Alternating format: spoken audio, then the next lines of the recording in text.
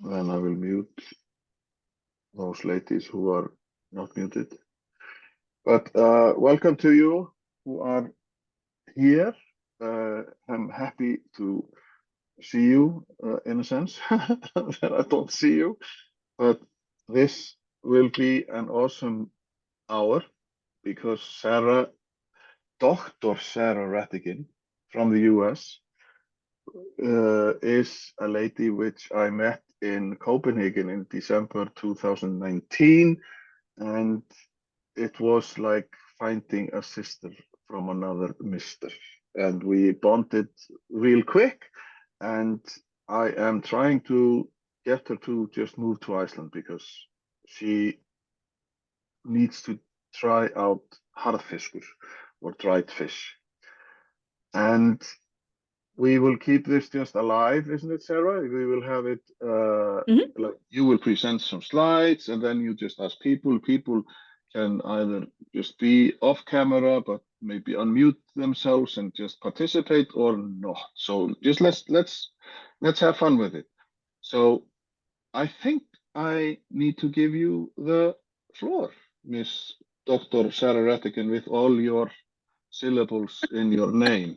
As people see this, DBA, MBA, like all of those, it's longer than your word, than your name. So take it away, Sarah. Thank you so much, Heather. And hi to everybody who was able to join today's conversation. I'm really excited to have this chat with everybody because I think that today we get to look at an aspect of gratitude and happiness in the workplace and elsewhere that really doesn't get as much attention as I think it should, and that's micro appreciation. And I do want to start with a small disclaimer and say that I am grateful and hopeful for a little grace. I have a new grandson and I've been helping out with him. So I'm a little tired, so apologies if I stumble over my words. We'll try to make it through this without too much silliness. Well, I don't know about the silliness part, but we'll do our best. So when I talk about micro appreciation, what I'm really talking about is something that is that fleeting moment in our day, right? Those things that punctuate the regular course of events, kind of like a beam of sunshine breaking through on a really cloudy day. And I like to call these moments silver threads. And I want to share why I call it that. So, sometimes life just throws us curveballs, right? Difficult situations. And I don't mean just little inconveniences. I'm really talking about the big, huge life altering challenges. Things like losing a job or going through a major breakup, maybe facing a difficult illness or the loss of a loved one, or I don't know, maybe hypothetically, a global pandemic that throws everything everywhere for everyone into crisis all at once, But these are times when people like to say things like, well, just look on the bright side or find the silver lining. And when I hear that, it just makes me want to scream because sometimes it doesn't feel like there is a bright side when our entire world is crumbling around us. So my slides are cooperating. There we go. So that's where the silver threads concept really came from, right? When we have these really difficult situations to navigate, and that happens a lot in the workplace too, where we have major mergers or acquisitions or huge layoffs or just really complicated team culture situations. These moments of micro appreciation are incredibly important, and they aren't magical happy endings, and they're also not grand silver linings. They're just the tiny, sometimes almost invisible moments of goodness that we can find even when things are really hard. And so I'm not trying to deny the pain or the complication or the hardship. And I'm certainly not a fan of pulling in what we call toxic positivity, right? We hear and read about that a lot, and it's real. People do try to negate the very human condition, and that's not helpful either. And in the moments of sheer chaos, there are always still little small things that can give us hope. You may hear these referred to as glimmers. And these are things we can really hold on to.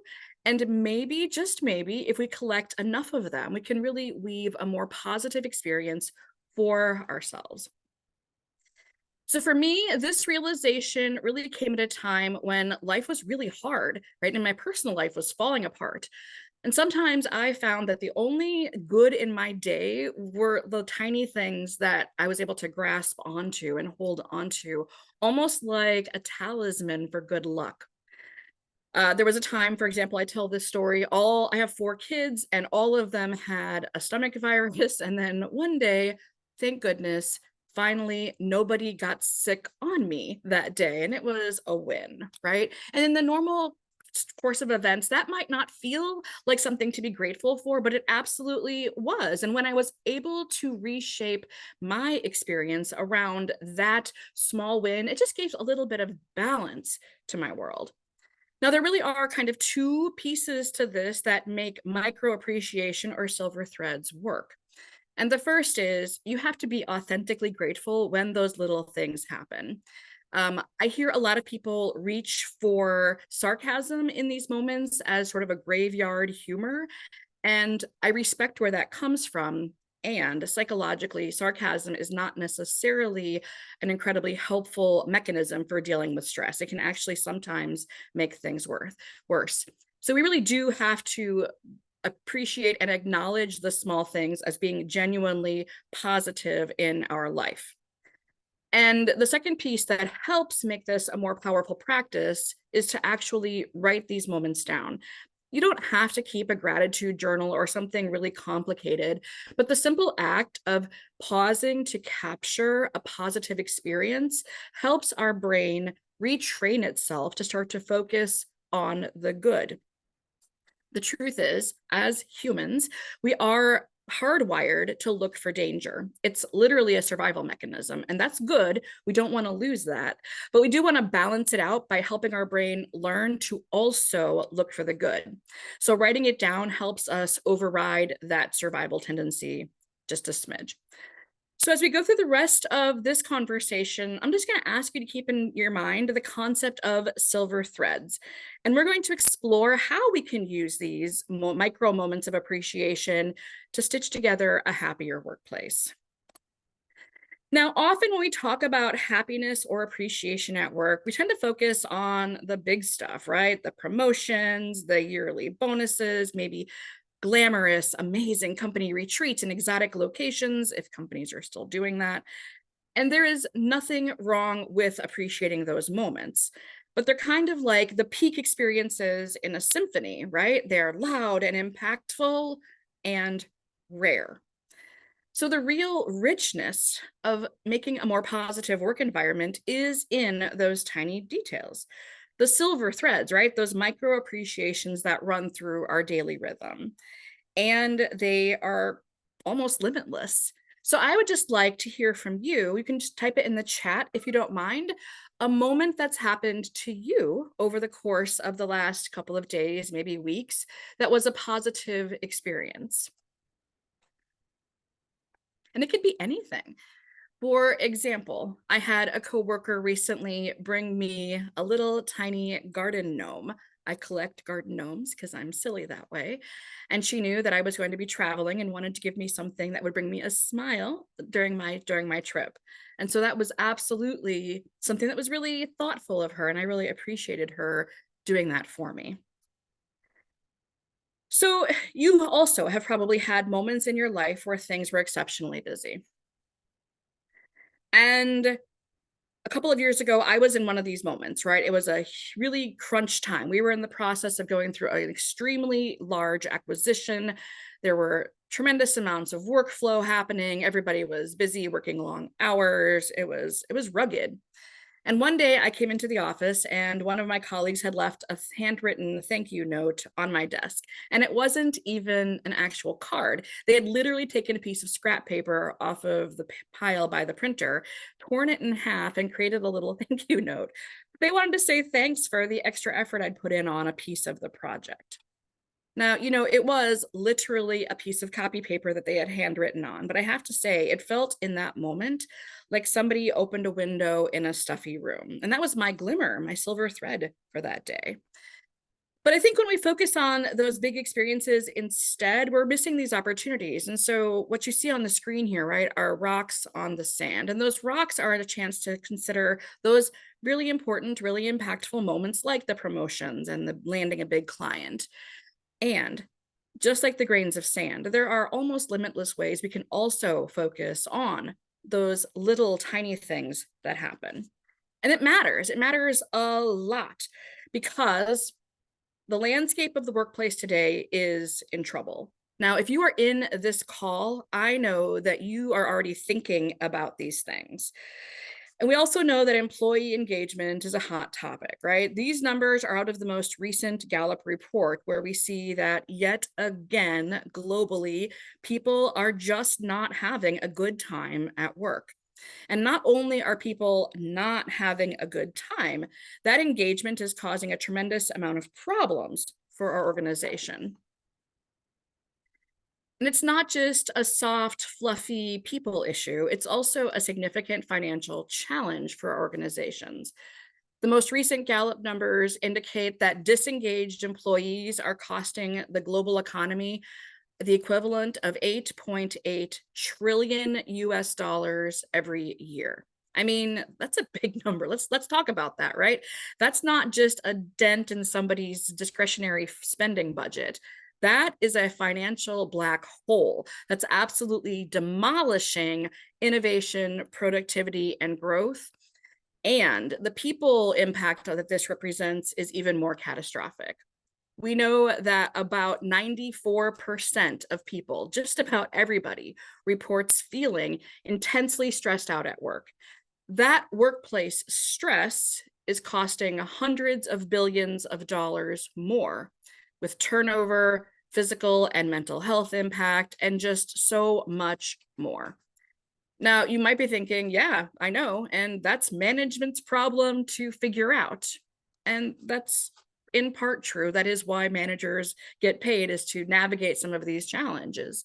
But the reality is, those cultures that lead to these kinds of outcomes aren't just the fault of the manager. They're often the result of a lack of participation in these opportunities to reconnect us. Here in the US, we have the Surgeon General. He's kind of the top of the healthcare system. And he released an advisory recently looking at the impact of loneliness and isolation. I'm happy to share that link, or you can just Google it, honestly.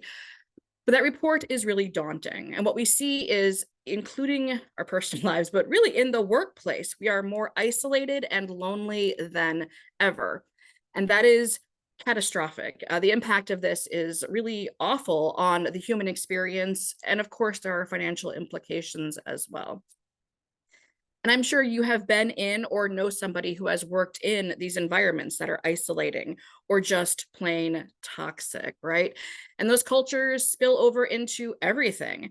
I recently consulted with a company where the atmosphere was so bad, you could almost feel the negativity just floating in the air like a black fog.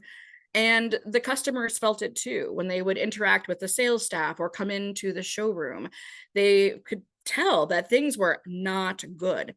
And we had to really work hard to adjust and correct the cultural challenges facing this particular company before things could even have a hope of changing. Now, they are in the process of changing. I'm not going to say they're fixed, because change takes time. And we can make it better partially through this micro appreciation. When it comes to appreciation, though, we do have a problem. We see studies showing that approximately 80% of managers think that they themselves do a pretty good job. 80% of managers believe that they are frequently expressing appreciation to their staff. That sounds pretty good, pretty promising, but there's more to the story. That same exact study showed that only 20% of employees actually felt appreciated. Now, I'm not a mathematician, but those numbers really just don't add up. So here we're dealing with disengaged employees, financial losses, unhappy customers, and a huge gap between perception and reality when it comes to showcasing appreciation. That's our starting point. Hooray! So how do we help make this better, right? Well, there are ways that we can approach this conversation that doesn't have to feel weird. If you like weird, that's cool. I'm down for it. But a lot of people feel really awkward when it comes to the conversation of appreciation. So let me give you some examples and put this into perspective for you. Imagine it's a hectic day and you've just been running ragged from meeting to meeting, back to back. And you have a colleague who notices that you haven't had a chance to even take a coffee break. So they just very casually bring you your favorite latte. That is an example of a way somebody can approach micro appreciation. Or maybe you're working on a project and out of the blue, your manager sends you a quick message saying, "Hey, you're doing a great job. Keep it up." I mean, that message probably only took them about 10 seconds to type it out, but it can really positively impact your entire day. Now, you might be thinking, how do companies understand the difference between the larger, more formal ways that we show appreciation work, like the promotions and such? Well, I think of those as macro appreciation, right? Those bonuses, promotions, and yep, they're important. But micro appreciation is more like these small moments, like a spontaneous hug from a loved one or a random text message from an old friend, just saying, "Hey, I was thinking about you." They're little doses of feel good moments that, when we weave them together, create a healthier, happier workplace environment where we're not just surviving and we're not just going through the motions. We're actually moving into the best version of ourselves. Now, why does this matter? Psychologically, there is a ton of research, which is fascinating to nerds like me, but also really important to understand, at least at a high level, when we're thinking about how to impact the workplace environment. Psychologically, you may have heard of the topic of positive reinforcement. This is behavioral psych, and it's rooted in Skinner's work. And it tells us that behaviors that are followed by a positive reinforcement are likely to be repeated. It's the same thing we do with our kids when we praise them for doing a good job, or even for our pets when we give them a little treat for doing the thing we want them to do. It seems so simple, but it's a core way of getting the behaviors and the environments that we want, right? In the workplace, a small nod of appreciation or a quick pause to say thank you can really be a reinforcer and help nudge those positive behavior patterns into the forefront. On the physiological side, the biological side, we have oxytocin, which is sometimes called the love or cuddle hormone. I actually have a t-shirt with this exact molecule on it. And this neurotransmitter is crucial for social bonding and trust. Now, if there's one common theme in all of the organizations I work with, it is that trust is in a challenging place for most companies right now. The good news is there is research showing that when we do those small acts of social gestures, those small moments of thank you, it triggers the release of oxytocin. This was actually published in a study with, here's the title, Psychoneuroendocrinology Journal, looking at the actual biological result when people do nice things for each other. And it really creates a cascade of positive effects, everything from reducing stress to increasing trust, and really a whole host of beneficial effects in between. But let's not stop there with individual studies. The Harvard Business Review also pooled data from a number of studies looking at employee engagement, and they found that employees who receive just a simple thank you or other tokens of appreciation, and we'll talk about that in a minute, are 50% more engaged at work. They also said that the most engaged employees received some form of recognition every 7 days, once a week. That seems so easy. And yet 63% of employees report never hearing thank you at work. So we have a lot of ground to make up, but it's not hard to do. And the long-term implications are massive.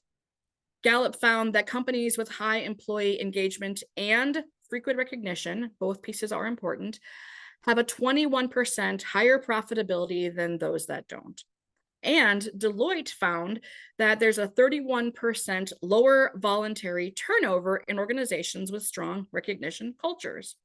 So what are we actually talking about here? This isn't just the warm fuzzies, the soft skills, the feel goods.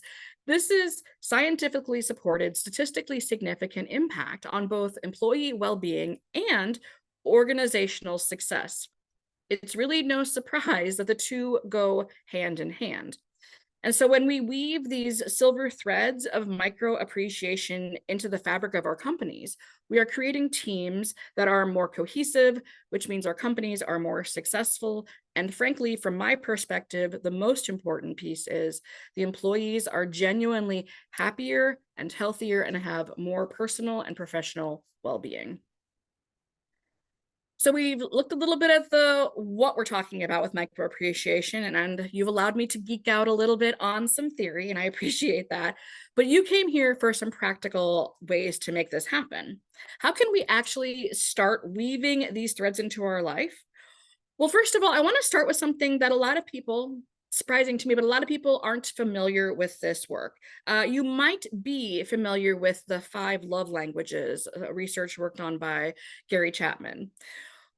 The premise is that we all prefer to experience and express love in specific ways. Well, the same thing is true of appreciation. There is no one size fits all approach to appreciation. And this is really important because knowing how people perceive and prefer to experience appreciation helps us tailor it so each individual is getting the most impact from those moments. So I want to spend a little bit of time, just a little bit of time walking through these for those who aren't familiar with this concept. There is a book out there and there's a whole website looking at the 5 languages of appreciation in the workplace. If you've done the 5 love languages, it's exactly the same concepts, just in a workplace environment.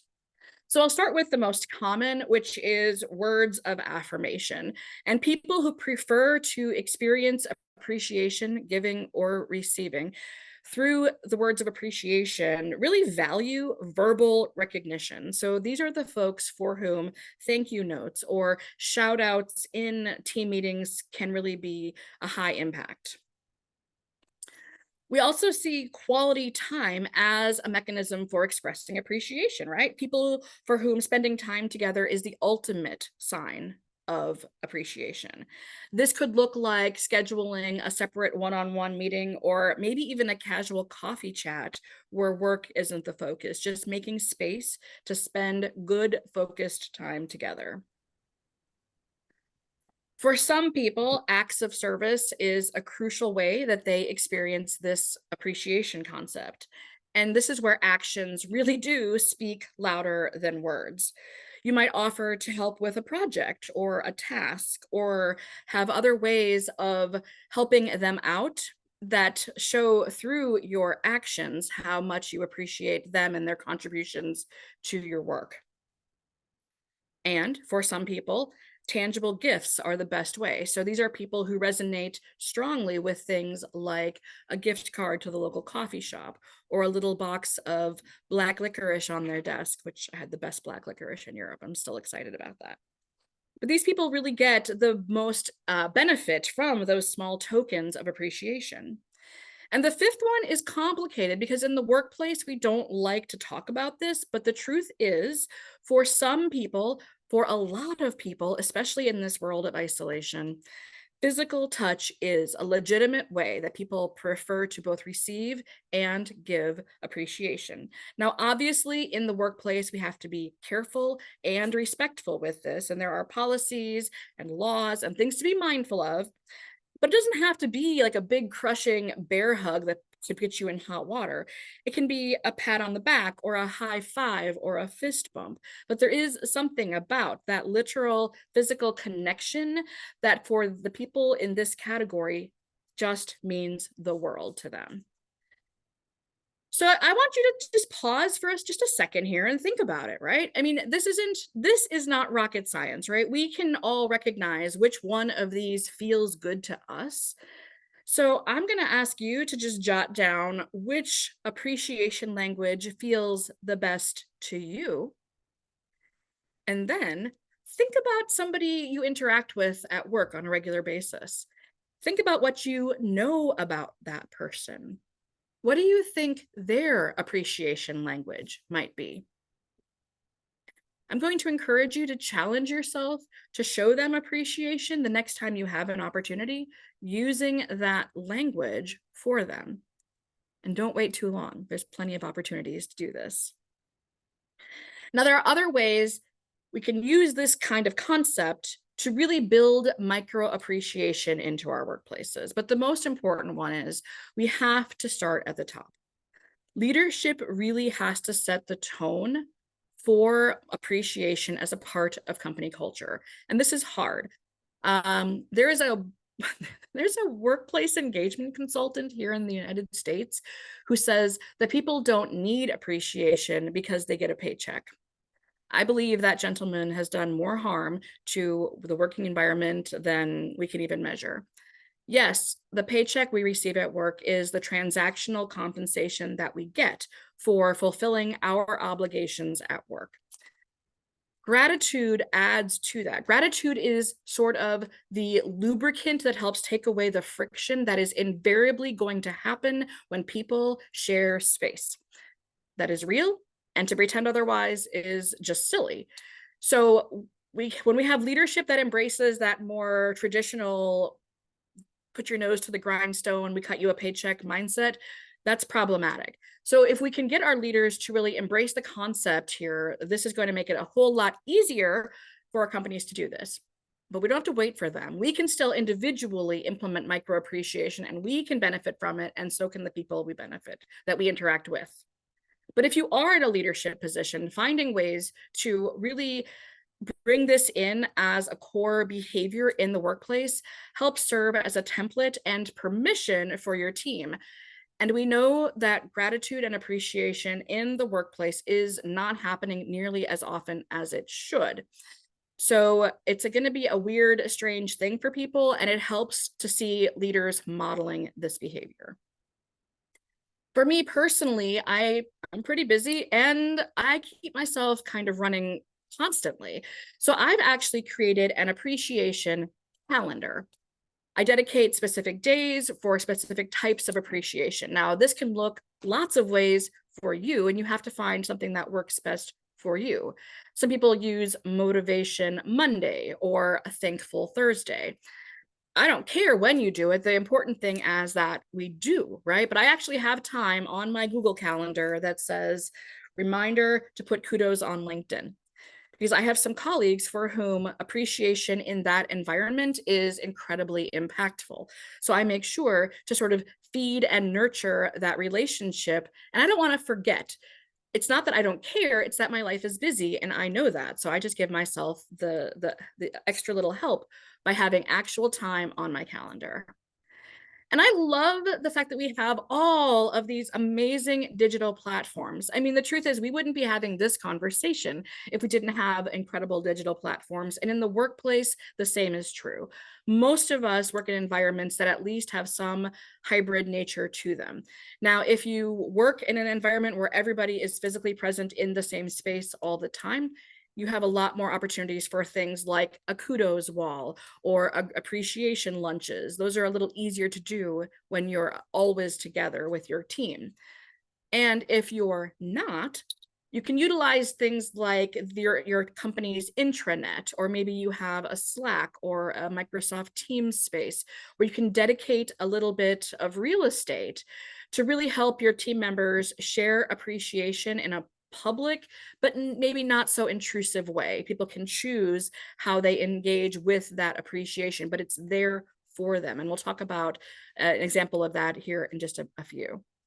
I also like to incentivize appreciation in the workplace. Again, this is not something that a lot of people, and for sure, not a lot of companies have done a lot with, other than kind of the transactional top sales producer awards and things like that.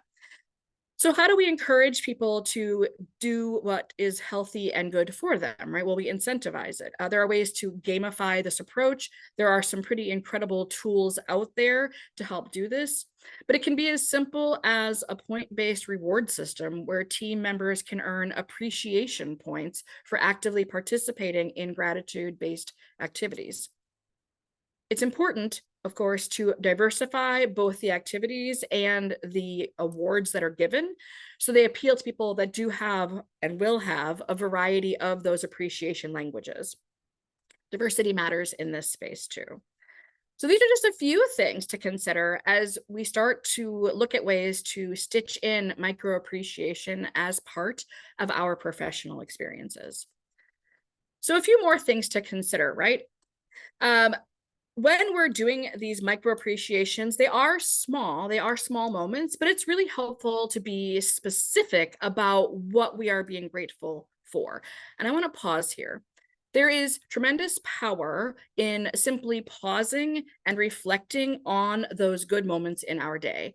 I personally find this to be an incredibly helpful practice. For me, it's like a meditative experience. I spend some time every day actively choosing to reflect on the good things that happen to me throughout the day. And there's also incredible power in then taking that next step and reaching out to the people who were part of those positive experiences and letting them know. Because if they don't know that they had a positive impact, then we're missing all of the magic that happens in those spaces. And this can feel, I've had people say, well, that feels manipulative. I suppose at the core, it can, if you do it weird, right? But if you are being specific about the experiences, you're not just currying favor or trying to kill them with kindness. You're actually telling them how their behavior or their actions had a positive impact on you, right? So generic praise like "good job," okay, that's nice, but it's not incredibly helpful. But saying, whoa, yeah, then great job on that presentation. That slide you put together on market trends was just eye-opening. That was awesome. Thank you. That's better, right? It tells them exactly what they did that was good. And they're going to want to do that again because they got a little burst of the feel-good chemicals that said, you did a good job. And we're wired to respond to that. So give them what they need. So another chance to pause here, and I'm going to ask you if you're comfortable to put it in the chat. Think of a colleague or a vendor or a customer's specific action this week that helped you or made a positive impression on you. All right, you got it? Got it in your head, that thing? So before you put it in the chat, if you can, I encourage you to grab your phone and send that person a quick message. And we'll just pause here to let that happen. I have my person already picked out.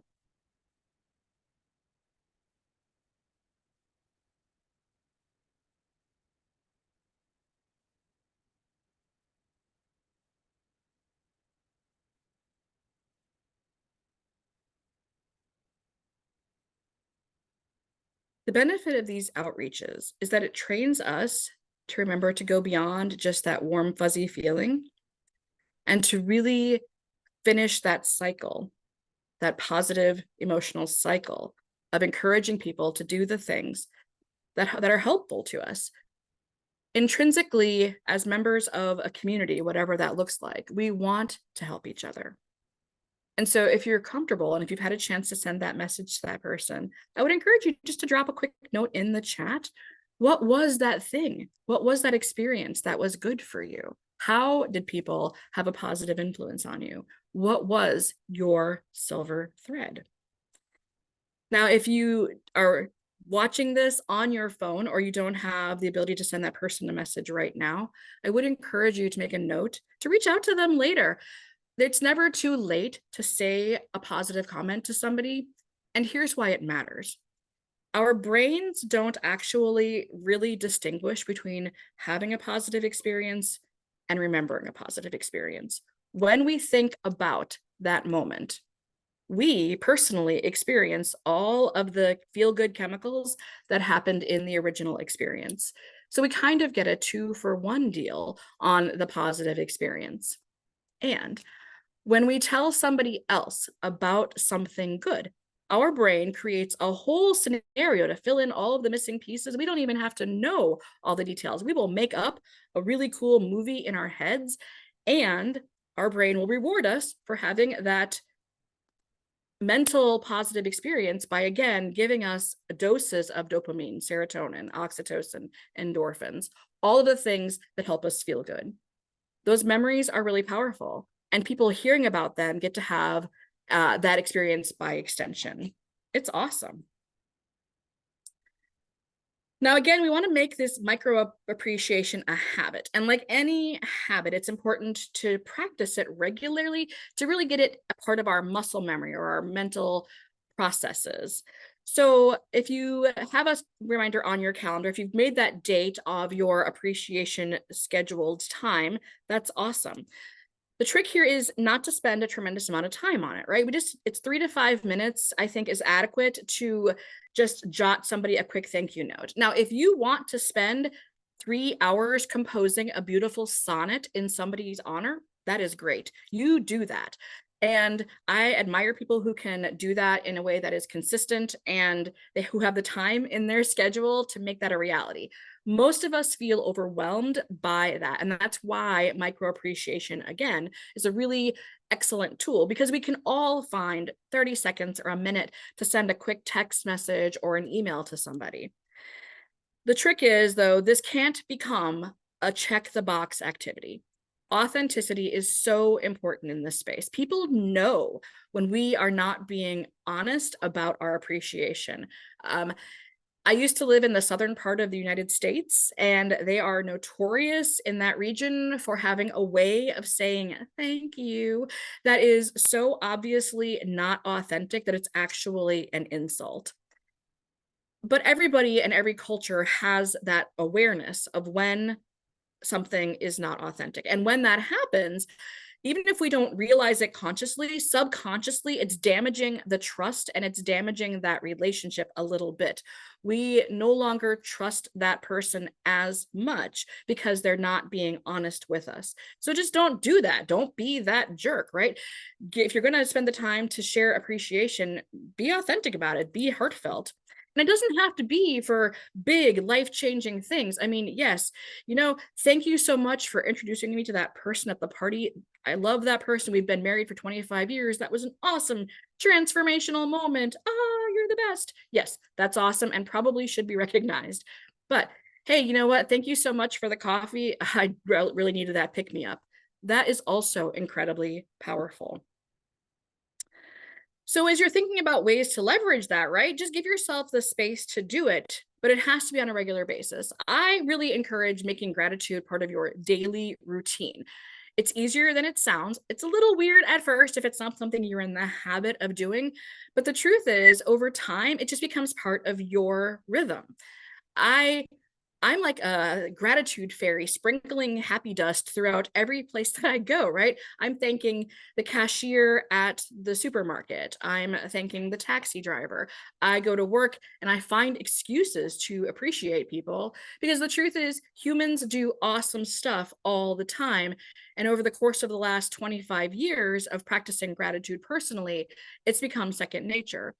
It might feel weird to you, and that's okay. Everything feels weird when we first start, but as you do it, it becomes more normal, it feels more normal, and it becomes also part of your personal brand. And people acknowledge that you are that person that makes them feel good about being a valued member of the tribe. That is a differentiator. We also want to make sure that we really are diversifying the way we approach this. So we've talked about the appreciation languages. I don't want to spend a whole bunch of more time on that, but I think it's important to keep those in our mind, right? So as we get to know people, as we interact with people, as we get new team members, find out how they like to be appreciated and share with them how you like to be appreciated. I wish very much sometimes, that humans could just read minds, right? If we could do some kind of a Vulcan mind meld and just know how people are feeling and how they want to be approached, that would be cool. But until science gets us there, well, maybe it's better if it doesn't, we have to actually talk to people. I know that's scary, but it's okay. When we tell them how we want to be appreciated, this is good stuff. So I literally just had this conversation with one of my kids who, my kids are all grown. I mentioned I have a grandbaby now. And they were saying they were feeling a little bit left behind at work, and they know that they're doing good work, but they don't feel like anybody cares. And I said, have you told your manager that? Well, no, they're busy. Well, yeah, I know, we're all busy, no kidding. And if your manager is going to go to the extra effort of doing things, which they are, and those things aren't working, you are doing them a favor by telling them how it would work better. And nobody's saying you should buy me a fancy car. They're just saying, I feel a little uncomfortable when you call me out in team meetings. I would appreciate just a private chat. If you're really happy with my work, that would feel less weird to me. And it changes everything. It's amazing what communication can do for us. Also, we mentioned how it's important for leadership to get involved. It's also helpful to get human resources involved. Now, I know this is a weird space. I myself, in my day job, work within the human resources department. May all the gods help me. It's a hard space to be in, right? Nobody trusts HR. But this is where the big guns come to play. So if management sets the tone by modeling appreciative behavior, HR has the capacity and usually the framework to integrate these micro appreciation initiatives into company culture. Maybe they can help IT develop an internal platform or find ways to use it that are standardized across the organization to avoid disparity or loss aversion. Maybe they can just help create spaces and frameworks and talking points for regular shout out sessions during team meetings and town halls. HR can be an excellent resource in this space. So if you on this call or watching this video, if you are in a leadership role or if you work within HR, I encourage you to think about just one way that you can institutionalize, that sounds kind of funny, but if you can make part of your framework micro appreciation, and do it soon, like make a plan to do this within the next month.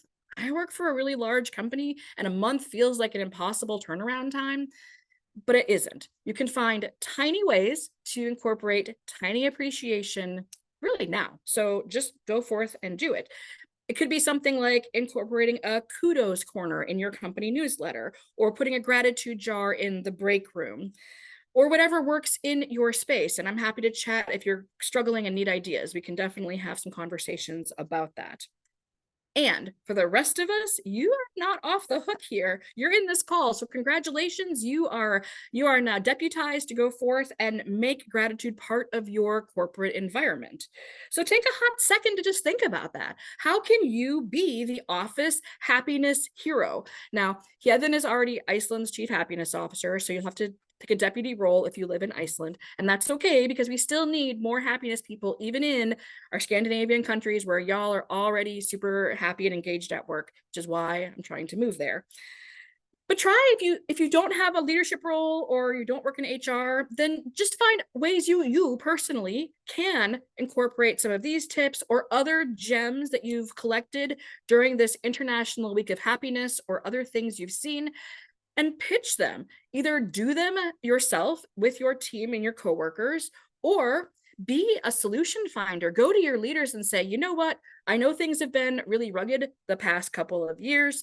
I have some ideas on how we can make it better. Let's just democratize workplace happiness, friends. Because no matter what your role is, whether you're an intern or middle management or the big boss, the ideas that are here are going to have a positive impact, right? And even something as simple as talking about the different ways, the different languages of appreciation can have a dramatic impact. These are huge insights that people maybe just haven't been exposed to. Once they think about it, their brain is going to start putting pieces together in brand new ways. And that means brand new things are possible. Now, I want to talk to you about this client I had. It was a leading tech company. They had all the elements of an awesome environment, right? Competitive salary, cool projects. And employee satisfaction in the trash. And their HR department was actually pretty concerned about it. They were worried about their productivity numbers going down, and their turnover rates were starting to really skyrocket. So they brought in a chief happiness officer.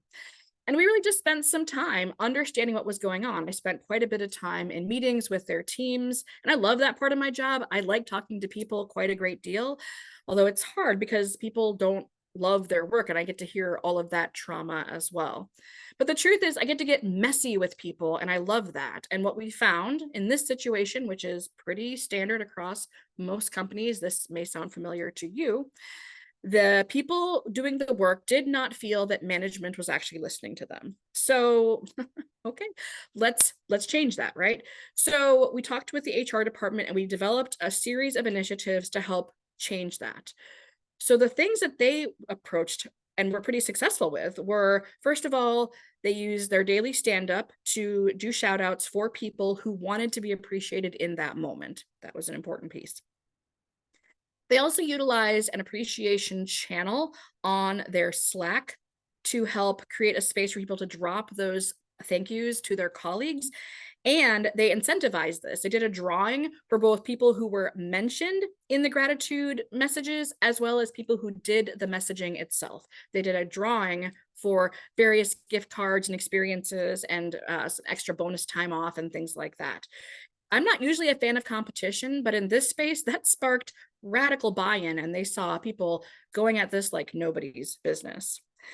They also did a company-wide initiative where they all did the appreciation languages quiz, which you can get through the website for that book. And they then talked about how they liked to be appreciated. They created a team roster for each of their teams, and they used that as a tool when they would bring in new employees to help them understand what they were getting into in this culture that was trying to be more focused on appreciation. Now, the CEO really helped us champion these changes. She was a big driver of this. And here's what we saw. 6 months after we started these projects, we saw a 35% improvement in overall satisfaction scores in their next employee engagement survey. We also saw an increase in their key performance indicators during the next quarterly review cycles, both of them. And most importantly, we saw a 15% decrease in employee attrition. Now, turnover is expensive. It costs money to replace people, and the psychological damage it does to your teams is pretty much unmeasurable. So I'm actually most excited about the improvement in the human experience that this resulted in, because we saw people really getting excited to get back to work and do things after having come through what was, quite honestly, a pretty rough time in the world and as well as in this company. So we've covered a lot today, and I know I talked a lot and I probably talked really fast, and I appreciate your patience with me. But I really think that when we look at the little things, we can make huge differences, right? Those silver threads are tiny, but they are just incredibly powerful reminders of goodness.